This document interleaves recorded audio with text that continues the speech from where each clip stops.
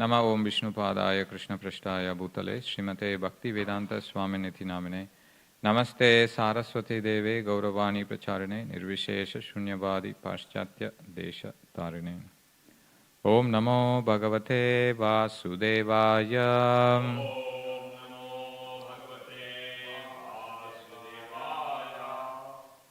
Om Namo Bhagavate Vasudevaya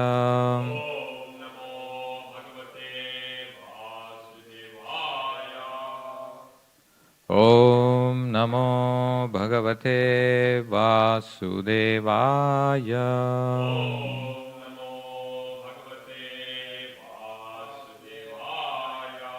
Narayanam Namaskritya Naram Chaiva Narottamam Devim Saraswatim Vyasam Tato Jayamudiraye Nashtaprayeshu Abhadreshu Nityam Bhagavata Sevaya Bhagavati Uttama Shloke Bhaktir Bhavati Naishtikhi. Today we are reading from Srimad Bhagavatam, Canto 3, Chapter 25, entitled The Glories of Devotional Service, Text 21. Titikshavaha karunika Shuhruda sarvadehinam Ajata shatravaha shanta Sadava sadhu bhushana Titikshava karunika Shuhruda sarvadehinam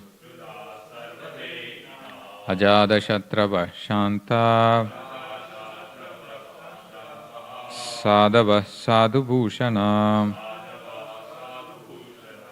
Titikshava karunika Shuhruda sarvadehinam Ajada shatrava shanta Sadava sadhu bhushana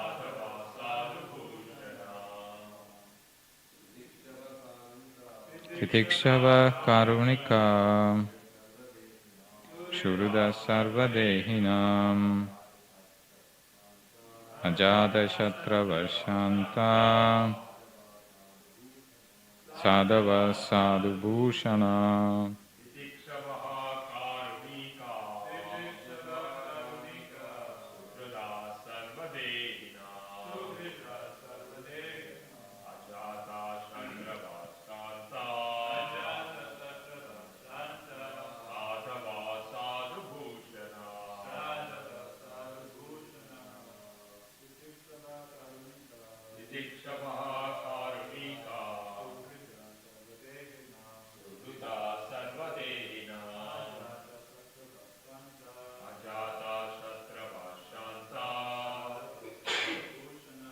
Sadhava sadhu bhushana. Word to word meaning: Titikshavaha, tolerant, karunika, merciful, shuhruda, friendly, sarvadehinam, to all living entities, ajada shatravaha, inimical to none, shanta, peaceful, sadhavaha, abiding by scriptures, sadhu bhushana, adorned with sublime characteristics. Translation and purport by His Divine Grace, A.C. Bhaktivedanta Swami, Srila Prabhupada. The symptoms of a sadhu are that he is tolerant, merciful, and friendly to all living entities. He has no enemies, he is peaceful, he abides by the scriptures, and all his characteristics are sublime. Purport. A sadhu, as described above, is a devotee of the Lord. His concern, therefore, is to enlighten people in devotional service to the Lord. That is his mercy. He knows that without devotional service to the Lord, human life is spoiled. A devotee travels all over the country from door to door preaching. Be Krishna conscious, be a devotee of Lord Krishna. Don't spoil your life in simply fulfilling your animal propensities. Human life is meant for self realization or Krishna consciousness. These are the preachings of a sadhu. He is not satisfied with his own liberation. He always thinks about others. He is the most compassionate personality towards all the fallen souls. One of his qualifications, therefore, is Karunika, great mercy to the fallen souls. While engaged in preaching work, he has to meet with so many opposing elements, and therefore the sadhu or devotee of the Lord has to be very tolerant. Someone may ill-treat him because the conditioned souls are not prepared to receive the transcendental knowledge of devotional service. They do not like it. That is their disease. The sadhu has the thankless task of impressing upon them the importance of devotional service. Sometimes devotees are personally attacked with violence. Jesus Christ was crucified. Haridas Thakur was canned in 22 marketplaces, and Lord Chaitanya's principal assistant Nityananda was violently attacked by Jagai and Madai. But still, they were tolerant because their mission was to deliver the fallen souls. One of the qualifications of a sadhu is that he is very tolerant and is merciful to all fallen souls. He is merciful because he is a well-wisher of all living entities. He is not only a well-wisher of human society, but a well-wisher of animal society as well. It is said here, Sarvadehinam, which indicates all living entities who have accepted material bodies. Not only does a human being have a material body, but other living entities such as cats and dogs also have material bodies.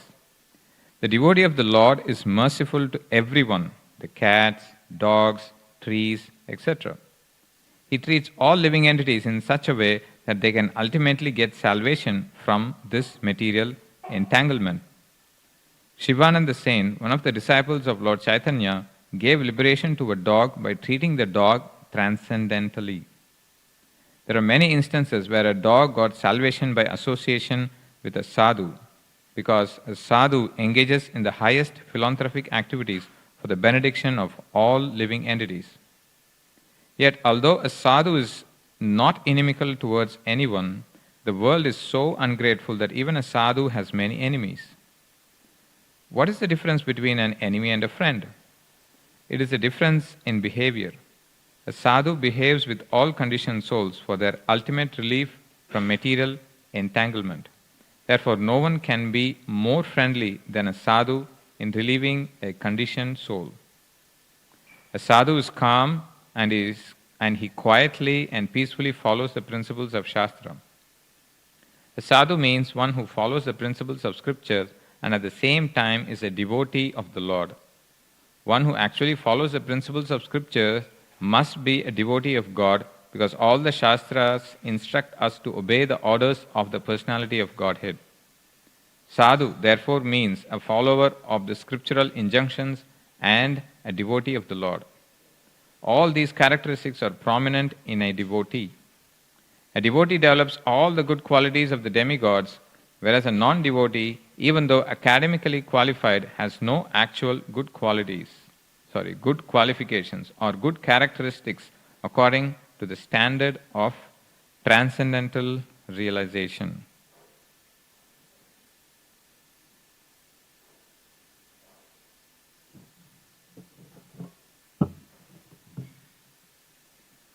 Om Ajnanatimirandasya Gyananjana Shalakaya Chakshurunmilitam Yena Tasmai Shri Gurave Namaha Shri Chaitanya Manobishtam Stapitam Yena Bhutale Swayam Rupa Kadamayam Dadati Svapadantikam Vandeham Shri Guru Shri Yuta Padakamalam Shri Gurun Vaishnavamscha Sri Rupam Sagrajatam Sahagana Raghunathan Vitam Tam Sajivam Sadvaitam Savadutam Parijana Sahitam Krishna Chaitanya Devam Sri Radha Krishna Padan Sahagana Lalita Shri Vishakhanvitamscha He Krishna Karuna Sindhu Deenabandho Jagatpate Gopesha Gopika Kanta Radha Kanta Namostude Tapta Kanchana Gaurangi Radhe Vrindavaneshwari Vrishabhanu Sute Devi Pranamami Haripriye Vancha Kalpatarubhyascha Kripa Sindhubhya Evacha Patitanam Bhavanebhyo Vaishnavebhyo Namo Namaha Jai Sri Krishna Chaitanya Prabhu Nityananda Shri Advaita Gadadhar Srivasadi Gaura Bhakta Vrinda Hare Krishna Krishna Krishna Hare Hare Hare Rama Rama Rama Hare Hare.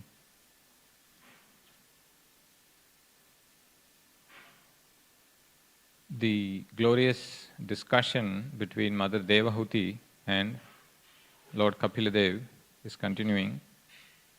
Mother Devahuti attracted the mercy of Lord Kapila by being humble, submissive, honestly admitting her actual position to be very fallen, showing desperation to hear transcendental knowledge.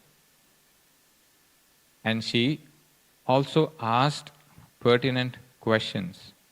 What is the quickest way to get out of this entanglement? How the material nature binds a conditioned soul? The effect of time and the process of the process of jnana, ashtanga and bhakti as well. So being pleased by the queries of his mother, Lord Kapiladev glorifies the transcendental knowledge that he is about to give. He describes the characteristics of the transcendental knowledge, that it is beneficial for all living entities,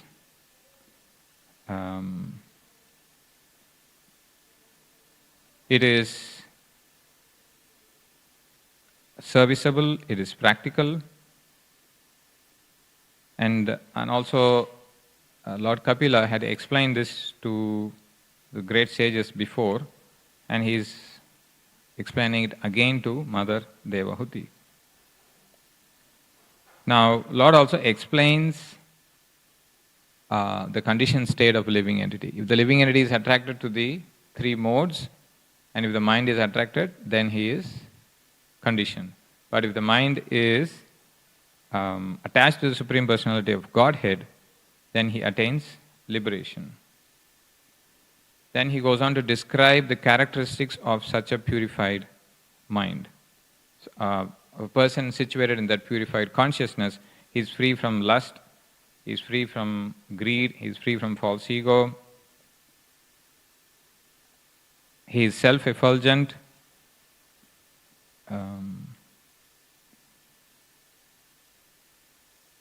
now how do one get to that particular stage is one has to have knowledge and detachment combined with devotional service. That's where this crucial point about jnana vairagya yuktena bhakti yuktena chatmana. So bhakti gets introduced there.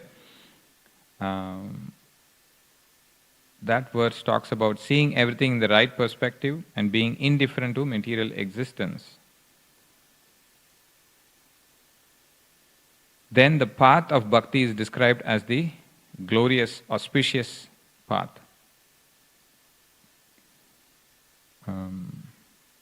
Then how does one get bhakti? How does one take up this process? That's where the attachment, the key to controlling the mind is to control the desire. The key to controlling the desire is to control or look at what we are getting attached to.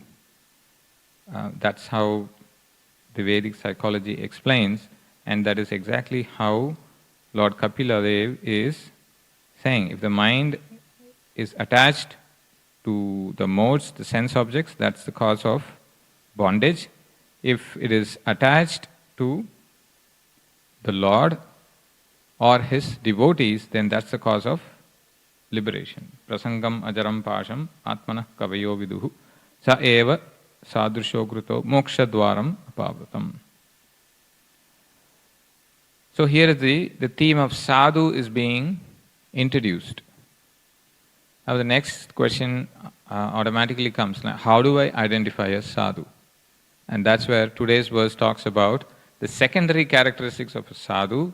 Tomorrow's verse will talk about the primary characteristic. However, Prabhupada's usual style is to give the conclusion at the beginning itself, right? That's how Bhagavad Gita purports, you will see. 18th chapter only Krishna says, Sarva dharman parityajya mamekam sharanam vraja. But Prabhupada will start hammering that point straight away from the second chapter itself. So, this set of characteristics, how do I identify the symptom of a sadhu? Because if I get attached to sadhu, I'll get liberated. Now the next, how do I identify who is a sadhu? What are his characteristics? The secondary characteristics are listed today. Tolerant, merciful, friendly to all living entities. He has no enemies. He is peaceful. He abides by the scriptures, and all his characteristics are sublime. So Prabhupada starts the purport by equating sadhu to a devotee. A sadhu, as described above, is a devotee of the Lord. So devotee has bhakti and he wants to enlighten others in devotional service. So his heart is melted in one sense, it's merciful, and he doesn't want to go back home, back to Godhead alone. So he is giving this knowledge. He wants to spread and enlighten people in devotional service. Not just introduce them, but enlighten them in devotional service. Now, does anyone remember any other devotee showing this mentality? He doesn't want to go alone and he wants to take others. Prahlad Maharaj, exactly. So, when I was going through Prahlad Maharaj's prayers, he exhibits these symptoms, these characteristics, and he openly says that in his prayers to Lord Narasimhadev, 7.943, Naivod Vijay Paraduratyaya, that verse. So the translation, O best of the great personalities, I am not at all afraid of material existence.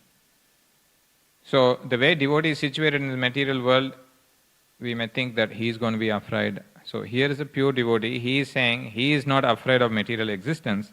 Why? Because he is fully absorbed in thoughts of the glories and activities of the Lord. However, he has a concern. My concern is only for the fools and rascals who are making elaborate plans for material happiness and maintaining their families, societies, countries. I am simply concerned with love for them. That's the mercy coming out there. So in that purport, Prabhupada brings out this. Simultaneously, a devotee is happy and unhappy. He is happy. Why? Because of the first part of the verse. Says, the devotee is engaged in glorifying the Lord, His form, name, qualities, pastimes. He is happy. He is unhappy. Why? Because he's seeing other living entities. They are making elaborate plans and they're getting more and more entangled, and there's no way they're going to be delivered. So Prabhupada writes, Prahlad Maharaj was happy and unhappy simultaneously. He felt happiness and transcendental bliss because of his being Krishna conscious. Yet he felt great unhappiness for the fools and rascals who make elaborate plans to be happy in this material world. So this mood continues in the next verse as well, next prayer, 7.944, Prayana Deva Munaya. That's how the prayer begins. Prayana Deva Munaya Svabhimukti Kama Maunam Charanti Vijanena Parartha Nishta Naitan Vihaya Kripanan Namumuksha Eko Nanyam Tvadasya Sharanam Brahmatonu Pashye. So, in the word-to-word meaning of Parartha Nishta, interested in working for others by giving them the benefit of the Krishna consciousness movement, by enlightening them with Krishna consciousness. That's how Prabhupada translates in the word-to-word meaning, parartha nishta. So he's interested in working for others. How does he do it? By giving them the benefit of Krishna conscious movement, by enlightening them. That's similar to what is being described, enlightening them with Krishna consciousness. So in the translation, Prahlad Maharaj is addressing Narasimhadev, and he is looking at some transcendentalists. They're not bad, they're aiming for their own salvation. There's nothing wrong in that. However, they go to secluded places and they don't give association, or they don't preach. They may preach by their example, but the places they go to, no one is there to see what they're doing. However, Prahlad Maharaj is saying, I'm not such a transcendentalist. I don't want to be selfish. When I go back home to Godhead, I want to take all these conditioned souls back with me. So here are the words of Prahlad Maharaj. My dear Lord Narasimhadev, I see that there are many saintly persons indeed, but they are interested not only in their own, but they are interested only in their own deliverance. Not caring for the big cities and towns, they go to the Himalayas or the forest to meditate with vows of silence. They are not interested in delivering others. As for me, however, I do not wish to be liberated alone, leaving aside all these poor fools and rascals. I know that without Krishna consciousness, without taking shelter of your lotus feet, one cannot be happy. Therefore, I wish to bring them back to shelter at your lotus feet. So this is where the missionary spirit of Prahlad Maharaj is being brought out, and we are seeing Bhagavatam through the eyes, words, and ecstasies of Srila Prabhupada. Prabhupada says his purports are his ecstasies. So we are seeing the Mahajan, Prahlad Maharaj, through the eyes of Srila Prabhupada. So here is where the purport, the actual mood of Prabhupada is being brought out. Quote, rather, every member of Krishna consciousness movement is interested in going door to door to try to convince people about the teachings of Bhagavad Gita, the teachings of Lord Chaitanya. That is the purpose of the Hare Krishna movement. Unquote. So if you look at the 7 purposes, propagation, education, doing systematic propagation, and based on the basis of Bhagavad Gita, Srimad Bhagavatam, that's being brought out in several purposes of ISKCON, and the same mood is being brought out in this purport as well. So what a devotee is interested in is, he is interested to settle in the busiest part of the world and teach people about Krishna consciousness movement. He is not interested to go to a secluded place like Himalayas or to the forest. So this kind of covered the merciful aspect or the feeling of mercy. So when I looked up the meaning for mercy and the difference between mercy and compassion, is that when you feel compassion, you are sharing the same feelings as that of others, what they're going through. You may even literally go through those feelings of pain or the suffering with them. However, mercy goes a step further in implementing actions to mitigate the suffering, the pain. And mercy is that next step of compassion where you take tangible actions to prevent the pain, the suffering, and to take the living entities, give them a permanent solution.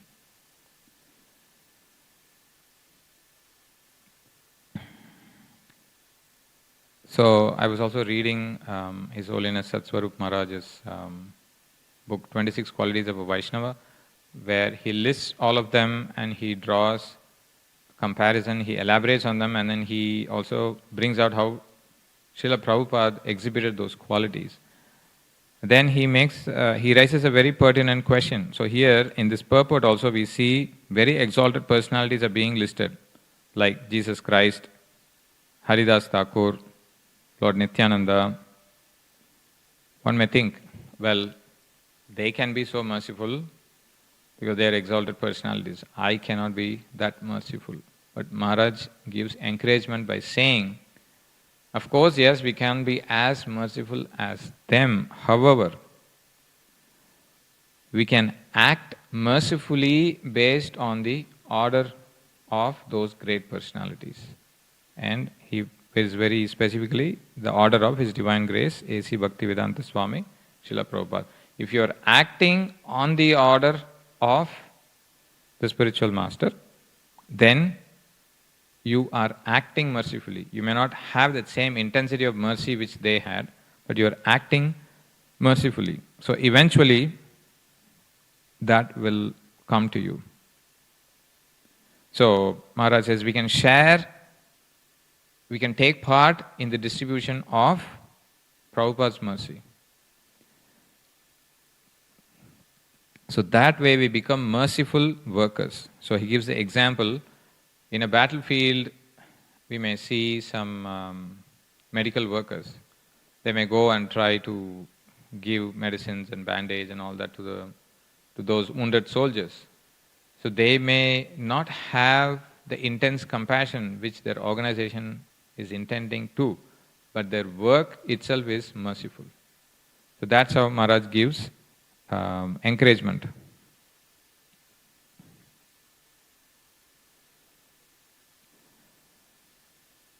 Now, this connects to the next point about facing challenges while you are preaching.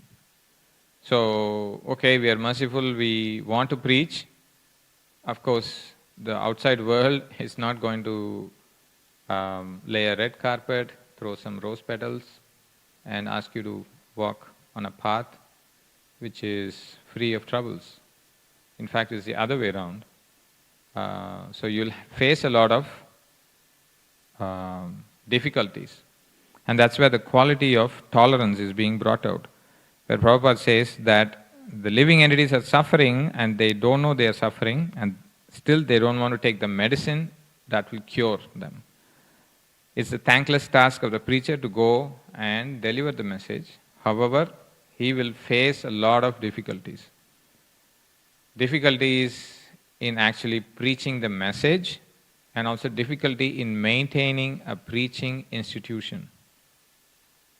So depending upon which varna you are, you might be interested in running an institution, managing an institution, still you have to be tolerant.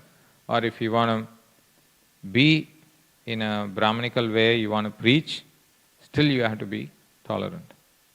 This is the second teaching which Krishna gives after the teaching of soul. Tolerate, so he gives the knowledge of the soul, then he immediately talks about tolerance, tolerating the dualities of heat and cold, summer and winter.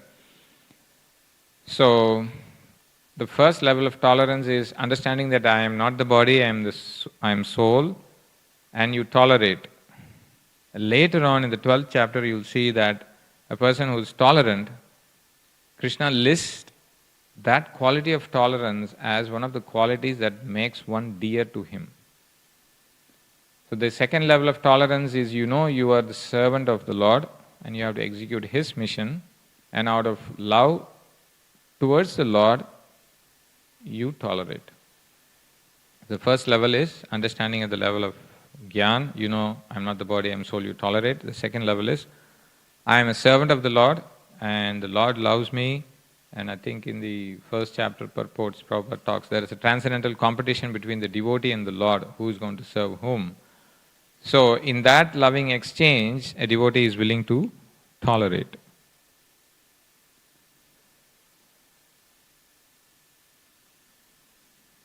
Now the preaching mission is not only for, it's going to benefit not only for the human beings, but also other living beings. Shuhruda sarva dehinam, friendly to all living entities. So deha is body, and one who occupies the body is the dehi.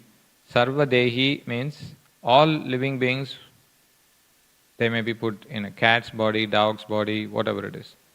Still the message reaches out to them, and that is why the devotee is called Shurudam Sarvadehinam. So Prabhupada quotes the example of Sivananda Sen giving mercy and treating the dog transcendentally. The pastime goes where the dog follows that journey, and because it's in the dog's body, nobody would want to keep them. But Sivananda Sen allows the dog to be part of their yatra. Later on, as the story unfolds, suddenly the dog will go missing, and then the dog will go ahead of them, and then be with Lord Chaitanya, get his mercy, and eating his remnants, goes back home, back to Godhead. So the devotee doesn't discriminate between one living entity and the other. So that's why when Harinam Sankirtan goes past, even in the cities we will have some trees, we'll have a lot of people walking their dogs, so they also get benefit. In fact, in some congregations, the Harinam team, one of the devotees themselves have a dog, and she takes the dog and she's like the top book distributor. So a lot of them stop seeing the dog, and then she gives them a book while they're admiring the dog, and they get the benefit of the Sankirtan, the book, and the dog is marked with the tilak and all of that. So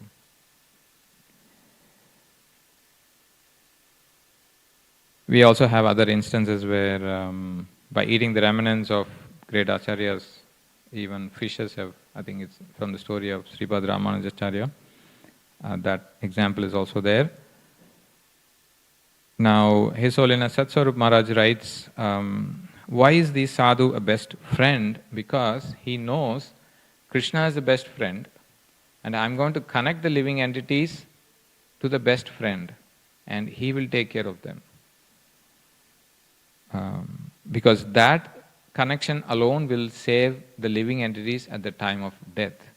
This mundane friendship of being like a goody-goody person, nice smile, exchanging gifts, these are all okay, but it should go beyond and save the actual person, the soul. The devotee is the one who does it because he understands that Krishna is the best friend. Shurudam Sarva Bhutanam. Because the devotee is connecting the living entities to the best friend, therefore he is the friend of all living entities. Maharaj also writes, and he gives another perspective or another angle about the internal life of a sadhaka also. Like some of the qualities here that are mentioned, merciful is more about missionary activities, going out and preaching. Shurudam Sarvadehinam is also about preaching. Certain qualities are for both external preaching and also for internal cultivation. And tolerance is one of that, and being merciful, being friendly. So among devotees, if we have friendship, what that does, I think Bhava Vibhushan Prabhu yesterday listed the advantages of being in the sadhu sangha. You can go a longer run, you'll get support, devotees will, it's like a check, it's like a protection, it's like a fence. So Maharaj expands on that and goes a step further and saying, now we are together and we are assisting each other. A time will come where you have to fly your plane alone. Means at the time of death you're going to be alone. So the friendly exchanges between the devotees has to extend to that time also, where you should be able to properly guide devotees at their passing moments by making them Krishna conscious. And if needed, leaving them alone doesn't mean that you give them free space and all of that. Making sure that they are equipped to handle the biggest test of life. That is also a key sign of friendship. So Maharaj brings out that point. In that way also, sadhu helps others, living entities, to reach the destination, and also among themselves they share, they read, and they protect each other this helps when a person is about to leave, they are well equipped so that they reach the abode of the Lord.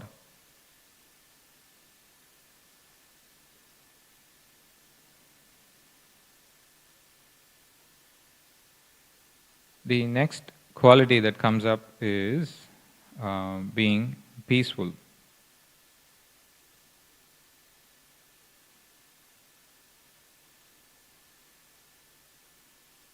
The sadhu is calm and he quietly and peacefully follows the principles of scriptures.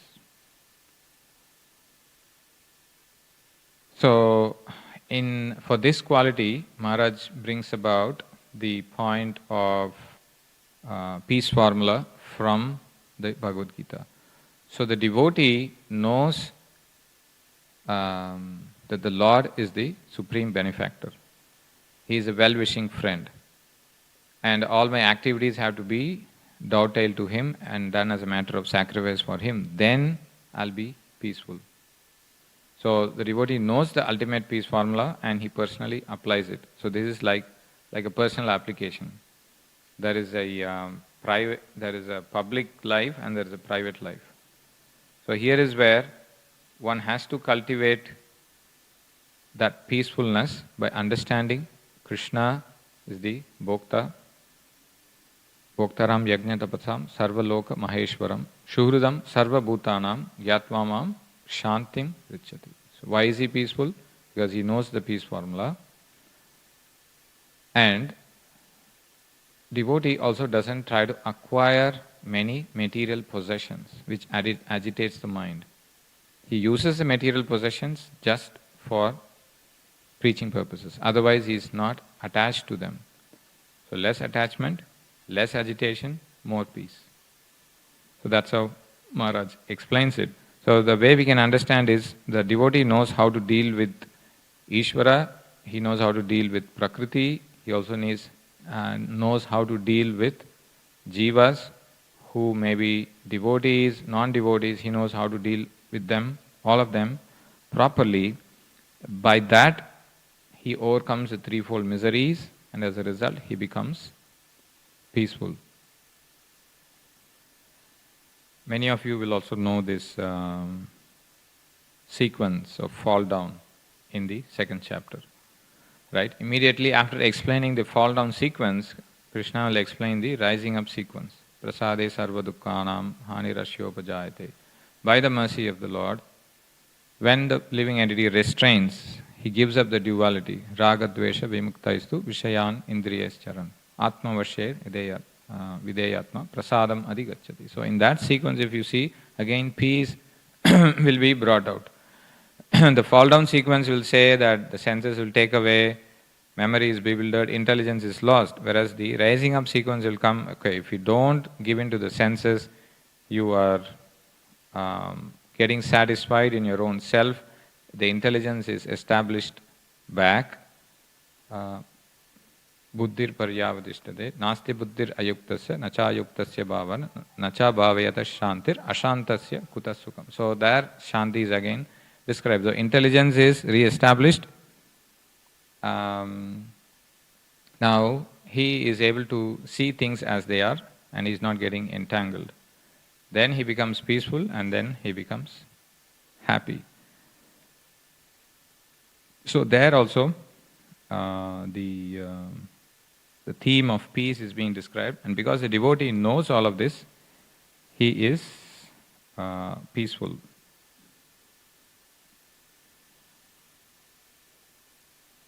Being inimical to no one, because the devotee sees everybody as potential candidate for giving Krishna consciousness to enlighten them, he is not inimical to everyone. However, when we see the characteristics of a Madhyamadhikari, he knows who are innocent, who he needs to give mercy to, and who he needs to be friendly with, and who he needs to avoid. So he follows that. He acts according to his adhikar. And even if Uttamadhikaris want to preach, they come to the Madhyama platform and they preach.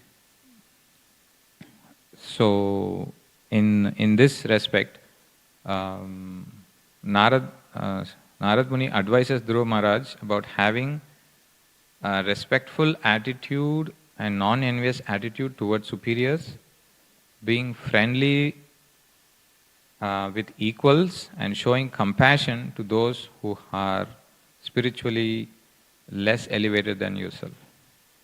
So this is something we can apply so that we can have good devotee dealings and then have peace and being friendly also.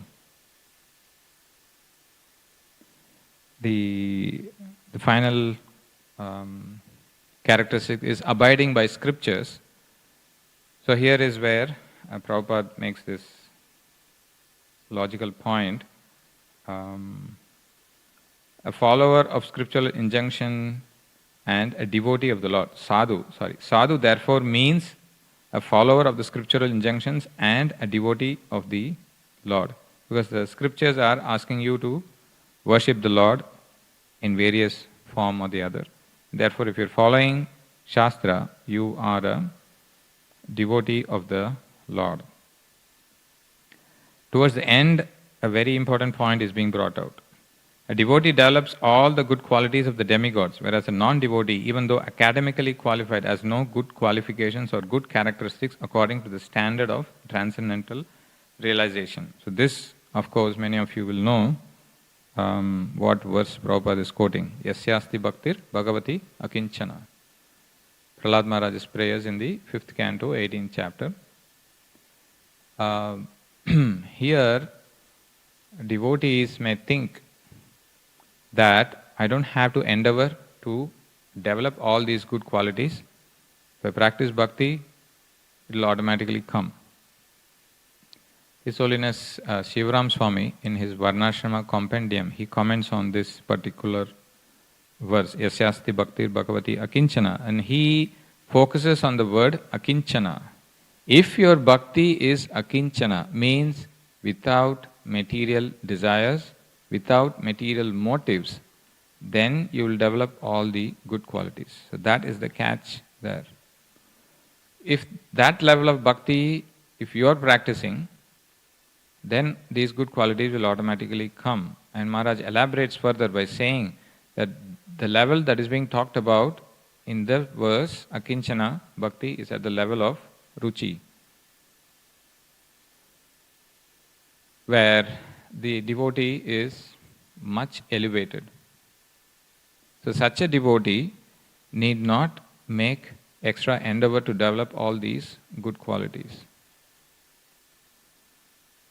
However, those in the anartha nivritti stage, they should know these qualities and should make endeavor to cultivate those qualities. So to illustrate this point, Maharaj gives the example of a pump which is supposed to get water from the underground. Okay, some of you might be familiar. When you're trying to pump water out of the underground, if the pump is not working, what would you do? You will start pouring a little bit of water for the pump to start working. And then the pump works and then it pulls out the water from the underground. Similarly, initially we may not have all of these qualities. When anartha nivritti stage, these qualities, even if we have, they are a material reflection of the actual spiritual qualities. Because the 26 qualities of Vaishnava which are described, they are all spiritual qualities. The practitioner may get a shadow of that, but he shouldn't think that it is the quality of the pure soul. So he has to endeavor to cultivate those qualities and try to get to the platform of practicing bhakti without desires and without motives. So till the point you are akinchana, you cannot assume that I don't need to endeavor to cultivate these qualities and these qualities will come automatically. Once you reach that stage, then the pure soul will naturally exhibit those good qualities. So thus we saw the qualities of tolerance. And as far as tolerance is concerned, for the internal cultivation, it also helps us to chant better. Trinadapi sunichena tarorapi sahishnuna. So thus we saw the quality of tolerance, mercy, friendly to all living entities, inimical to no one, peaceful, abiding by scriptures, and because the devotee has all of these qualities, it's like Bhushana. He is being ornamented with all of these good qualities. So I'll stop here and see if there are any corrections, comments, questions on what we saw today. Yes, Prabhu. Prabhu, by the way, did you find out who are the sages who listened to this knowledge from Kapila? That was your homework. Did you do that? You remember you asked the question, who are the sages Lord Kapila spoke this knowledge before? I said you will do research and find out. Did you find out? No. Okay. I thought you will know. You are an extensive reader of Bhagavatam. So anyway, go ahead. Yeah. Yeah. Yeah.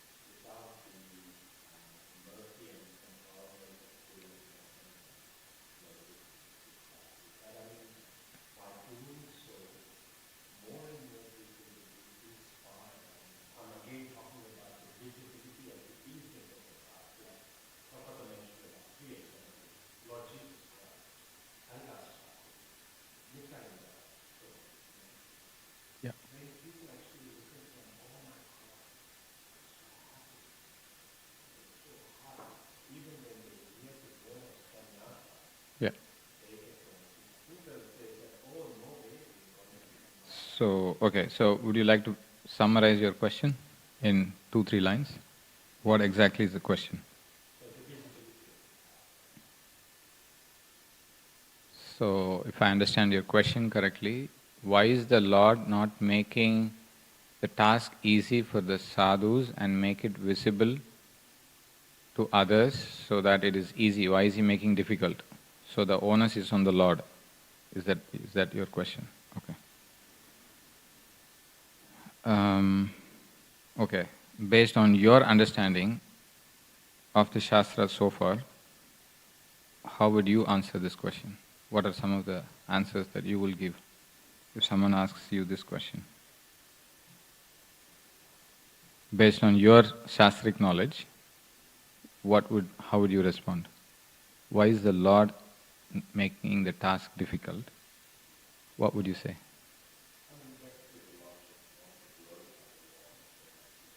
Glorify the devotees, you mean? Lordships want to glorify the devotees. Okay. So, yeah, the perspective of Lord making the task difficult, that may not be the correct perspective. What do you think? Because the Lord is not making the task difficult. He is in fact making it easy. Kaler dosha nide rajan astihi eko mahan guna kirtanad eva krishnasya mukta sangha param rajet. If the rules for Kali Yuga is as strict as Satya Yuga, Treta Yuga, Dwapara Yuga, we have a lesser lifespan, So the process is made easier. That is from one perspective. The other is, Lord clearly says the happiness or distress is based on the living entity's choice. It's not his prerogative to make the situation tough. Those living entities who had the desires to enjoy in a particular way, and they are taking birth in Kali Yuga, so it is based on their own actions. They are getting the result of that. In fact, the Lord is making the task easy by sending the sadhus and acharyas, and He Himself comes down. And in fact, in Mahabharata, Lord Balaram goes and teaches, and he shows a soft corner towards Duryodhana in that yuga also. And then in Kali Yuga, Lord Nityananda is showing mercy to Jagai and Madai. So the living entities are making the task difficult, and the Lord is making the task easier for them to go out. And of course, the point you mentioned about the Lord trying to bring out the glory of His devotees, how, despite being put into these difficult situations, here is my devotee who is unflinching. And also setting an example. Prahlad Maharaj also says that, to set an example for pure bhakti, you're putting me through all of this. He doesn't resent for that. So to bring out the glory of pure devotion and to set an example for others to follow. If you're getting discouraged because of the high standards set by the sadhus, so that's what we discuss in the class, you start acting mercifully on the order of the Acharya. You may not be as merciful as Jesus, as merciful as Nityananda Prabhu, as merciful as Haridas Thakur, as merciful as Srila Prabhupada. But if you are acting as per their mission, your actions are merciful, and slowly, because you are acting mercifully on their order, that will eventually come. So that way we can see the brighter side rather than being discouraged. Bhava Prabhu, would you like to add anything based on? Yes. Yeah.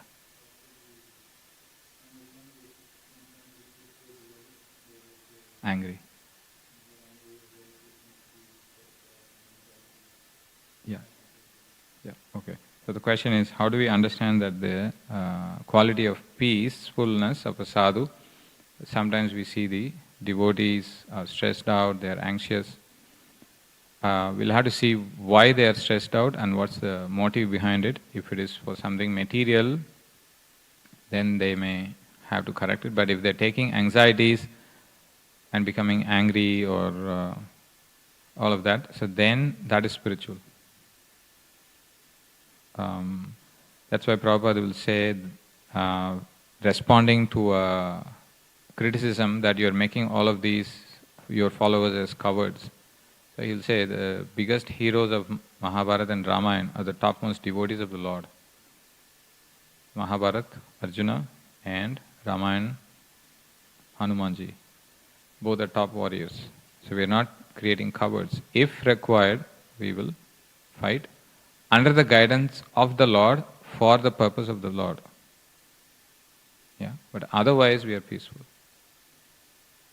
And Prabhupada gives example of in lecturing in this particular verse, and in this section, he quotes the Bombay court case. We want to remain peaceful. There is so much of headache in this court case. We could have given up. And there are so many other places to preach. Bombay, give up Bombay, go somewhere else. No. It's the will of the Lord. So therefore we fought. Otherwise we are peaceful for ourselves. So, yeah, is that okay? Yes, bro.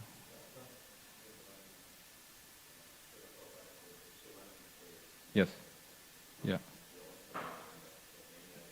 Yeah. Do you know any other instances? Yeah, if not, find out. I also don't know.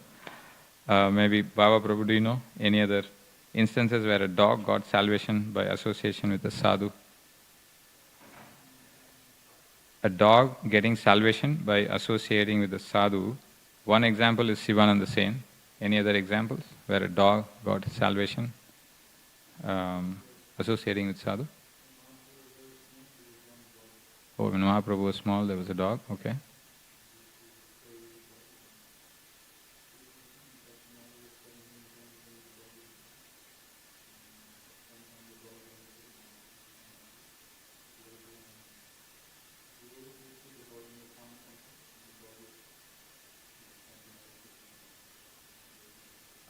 Joy.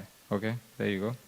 So a dog which had association of Mahaprabhu and later became devotee chanting. Another example came to my mind is another again Mahaprabhu when he is passing through Jharkhand forest.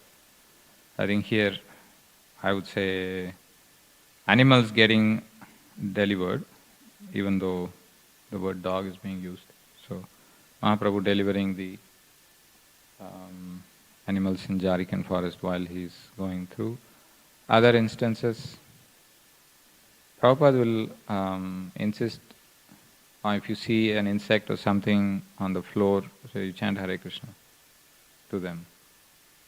So that's so in association with Srila Prabhupada, so many dogs would have, and animals and insects would have got delivered. Not would have, should have, and they have got delivered. There's nothing else, we'll conclude here. Grantaraj Srimad Bhagavatam ki jai, Srila Prabhupada ki jai, Samaveta Bhakta Vrinda ki jai.